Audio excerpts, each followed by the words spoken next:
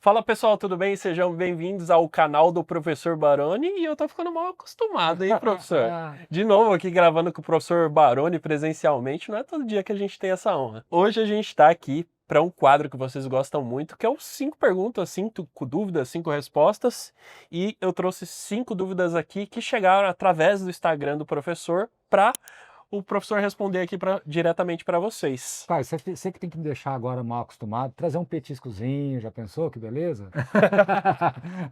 Aí fica bom. Da próxima vez eu vou pedir para o pessoal Já da que você tá ficando mal produção. acostumado, você tem que me deixar mal acostumado Não, também. da próxima vez eu vou trazer um pudinzinho de pote Pudim, já por cima. pensou? Aí sim, aí vai. Será que tem pergunta bônus? Não sei. Ah, fica a Fica dúvida. até o fim do vídeo que você vai ver. Ah, tá bom. Bom, professor, vamos para a primeira pergunta, que é do Rafael Pires. Baroni, por que você acha que a maioria dos investidores desiste dos FIIs antes do tempo dos juros compostos fazerem efeito? Boa pergunta do Rafael. Pires. Rafael Pires. Rafael, excelente pergunta. E eu acho que eu sei a resposta. Eu acho que eu sei a resposta, que é o seguinte: os investidores de fundos imobiliários, eles associam muito o resultado pela valorização ou não da cota. E como nós temos uma massa de investidores relevante que investe nesses últimos 5 anos e que não teve ainda uma oportunidade de ter um ciclo completo de alta nas cotações, elas acabam não entendendo que o juro composto ele deve ser feito principalmente nesse momento de baixa, onde você consegue comprar mais cotas para que lá na frente, com o ciclo se fechando de uma maneira mais ampla, você consiga capturar esse resultado. Então, a resposta é bem objetiva. Desistem porque olham mais para a cotação do que para os rendimentos. Eu vejo muitos comentários nos seus canais, professor. O pessoal falando, não, fiz. É tudo uma porcaria, né? Mas as pessoas não entendem tanto o racional ali por trás do FIIs, comparam muito com ações, esse tipo de coisa. Eu acho assim, porque, né, como você está falando, a questão das ações é porque, sim, o elemento dividendos é importante nas ações, mas a cotação, ela também tem Uma volatilidade maior. e ela quando ela sobe com mais força, porque o negócio, né, a empresa não tem essa obrigação de distribuir os rendimentos e o negócio pode se valorizar, né?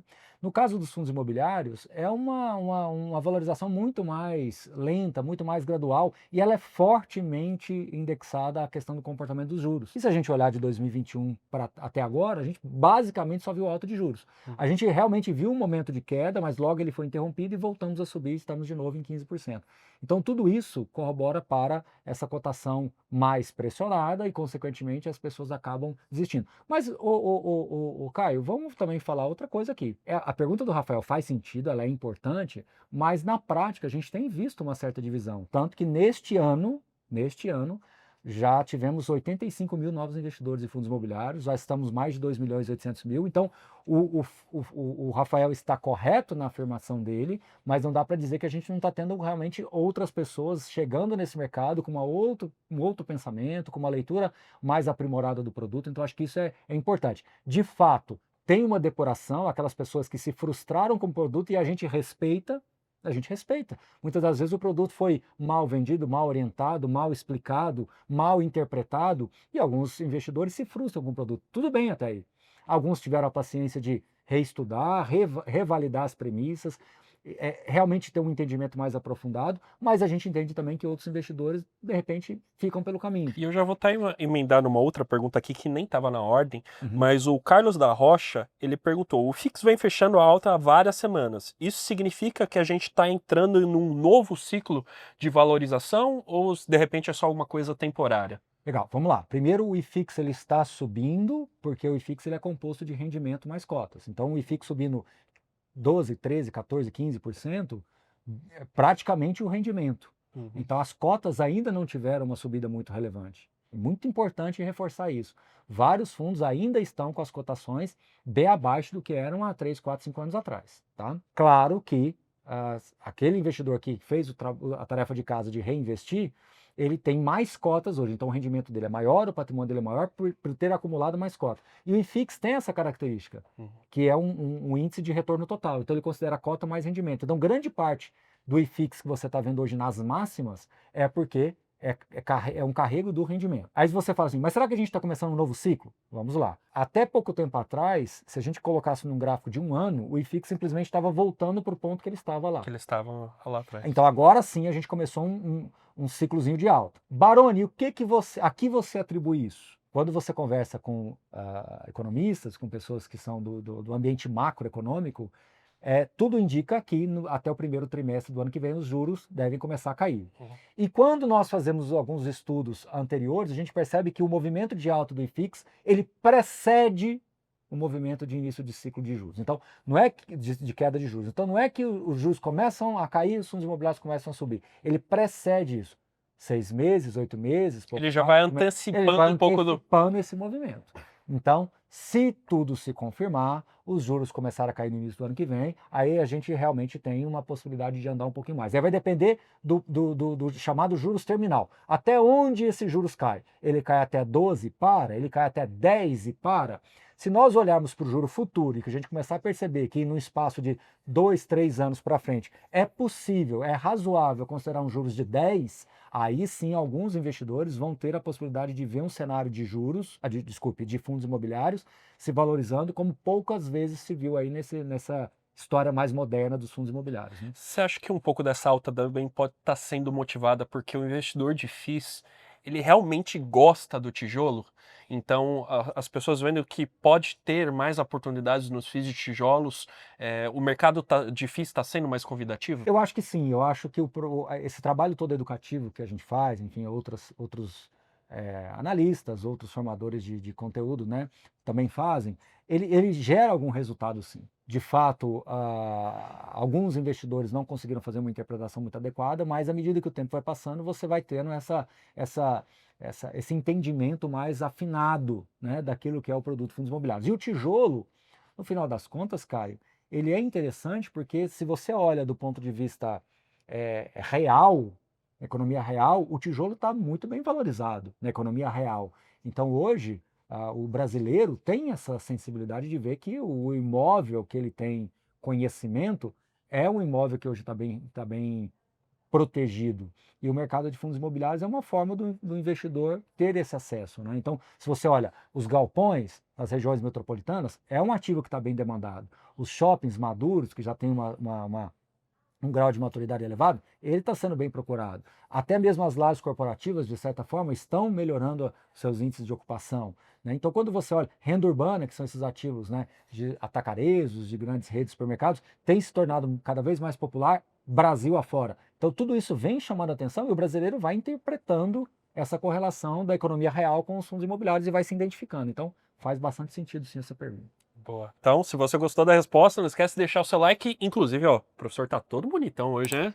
O professor que dá na estica, gente. Acho que essa produção toda, é lógico, que eu não vou falar que foi pro vídeo 5 dúvidas, mas foi pra nossa live especial que vai ser gravada no vídeo, no dia que a gente tá gravando esse vídeo. É isso aí. Mas que o professor tá na estica, isso ninguém pode duvidar. Professor, terceira pergunta, na verdade, né, do Fábio Torres. Professor, dá para dizer que o mercado de FIIs é mais racional que o mercado de ações? Boa pergunta, é difícil dar essa resposta, mas eu diria que não. Eu acho que o mercado de fundos imobiliários ele é mais passional do que o mercado de ações. Porque o mercado de ações ele tem muito investidor institucional. E o mercado de fundos imobiliários, 73% são investidores, pessoas físicas. E, obviamente, o pequeno investidor, né, o ticket médio de investimento no fundos imobiliários é relativamente baixo. Então, isso traz mais passionalidade. Agora, vou incrementar um pouquinho a pergunta. Estamos percebendo que o mercado está ficando mais racional? Aí sim. Mas acho que o mercado de ações ele é mais histórico, ele tem presença mais institucional, investidores estrangeiros, então, né, fundos de pensão. Então, o mercado de ações, na minha visão, ele é mais racional do que o mercado de fundos imobiliários. Pergunta respondida aí, Fábio. A quarta pergunta, na verdade, do Thiago Barros. Professor, você acredita que os FIIs são um investimento defensivo em momentos de estabilidade? Sim. Sim, e como é que a gente mostrou isso, inclusive, em vídeos passados, né? Os fundos imobiliários segurando, né? Então, assim, num cenário ruim, o rendimento dos fundos imobiliários segura ou mitiga ou suaviza a queda nas cotações. Então, sim, é um produto bem defensivo. Então, em momentos ruins, a renda protege. Em momentos bons, ele realmente deslancha. Então, por isso que eu gosto tanto. A relação risco-retorno de uma boa carteira de fundos imobiliários. Veja bem, é muito importante que quando a gente fala de ações, é comum você fazer o chamado stock picking. Você vai lá e seleciona estrategicamente as ações. E os casos ruins acabam não sendo colocados na análise geral das ações. Quando a gente traz para o mundo de fundos imobiliários, a gente generaliza. Não, fundos imobiliários também você tem que ter o princípio de fazer alguma seleção. Então, se você tem uma carteira minimamente bem selecionada, ela tende sim a ser uma carteira de proteção. Legal, então fica a sugestão para você que gostou dessa resposta. Tem 2 vídeos bem interessantes que o professor fez recentemente que você pode assistir, que é o CDI versus fundos imobiliários e ações versus fundos imobiliários. Então foram 2 estudos muito legais que o professor fez recentemente.